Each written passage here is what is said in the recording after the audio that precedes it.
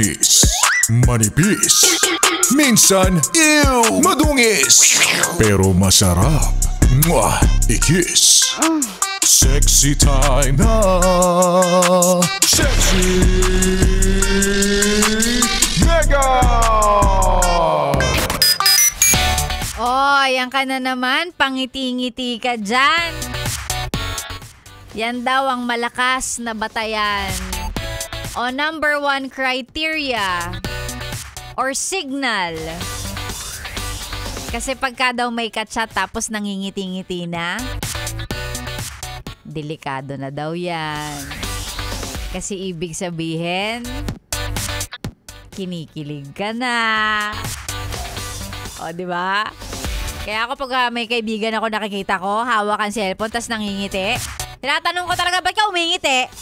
Umingiti ka dyan? Ano meron yan? Ano yan? Ano yan?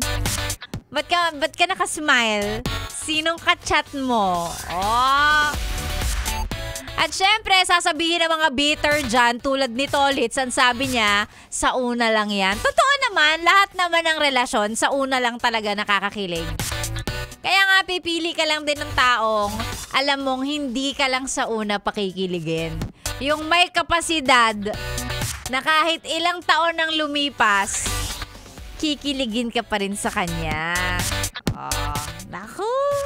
Oh, sa mga nangingiti-ngiti po dyan, at may kachat, ano po, kalmahan nyo lang. Ayan ka na naman. Hindi ka na natuto. O, baka yung sabihin naman ng iba dyan, bakit lahat ba ng hawak ang cellphone tapos nangingiti-ngiti? Kinikilig na?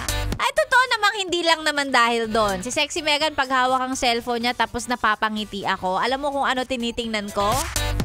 Yung Metrobank mobile app. Kasi, ibig sabihin, ay may laman pa. Ay may laman pa, may natira pa. Oh, sinong hindi mapapangiti doon?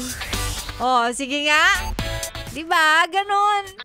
Ay nako, sana po makahanap po kayo ng mga bagay, mga simpleng bagay, o pwede rin namang tao na pwede nyong makasama na makakapagpangiti po sa inyo ngayon. Importante yan, di ba? Lalo na sa buhay na sobrang ang dami natin pinagdadaanan, iba-iba tayo ng problema, iba-iba tayo ng dinadala, and it's very important na sa at least kahit ilang sandali lang sa isang buong araw, mahanap natin yung pagkakataong humanap din ng mga bagay na makakapagpasaya sa atin, makakapagpangiti sa atin, di ba?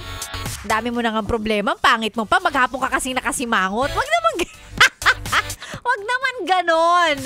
Di ba? Ayan, nawa makahanap kayo ng mga makakapagpangiti sa inyo. And sana, itong mga isa-shoutout natin matuwa, no? Mapangiti na marinig ang kanilang mga pangalan sa radyo. Taray, Tagalog na Tagalog. Hello, magandang umaga sa mga naka-tune in sa atin. No? Ito si Ray Kaluban at mga kasama niya sa Mandaluyong. Mandaluyong labas po, hindi po yung sa loob. Nasa asylum. Ano ba yan?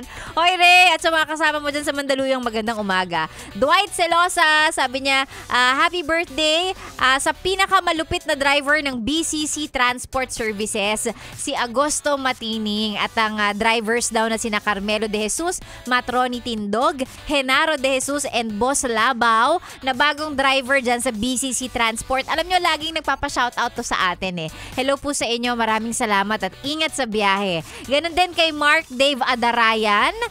Sabi niya, lagi po kami nakikinig sa inyo Monday to Sunday. Pa-shoutout Mark Dave Adarayan from Pasig City. Hello po.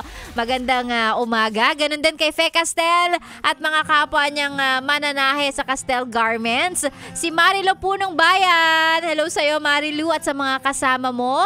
Happy 21st wedding anniversary sa kanyang sister na si Evelyn and sa kanyang asawa na si Melo Gatchalian. Hello po and happy anniversary. Ayan. Ang mga pa-shoutout ay isend lang sa ating Facebook page, DJ Megan Yes FM. Basahin natin yung mga yan maya-maya lang. Sexy Megan pa rin po ang inyong kasama dito lang sa 101.1 Yes FM. Solid!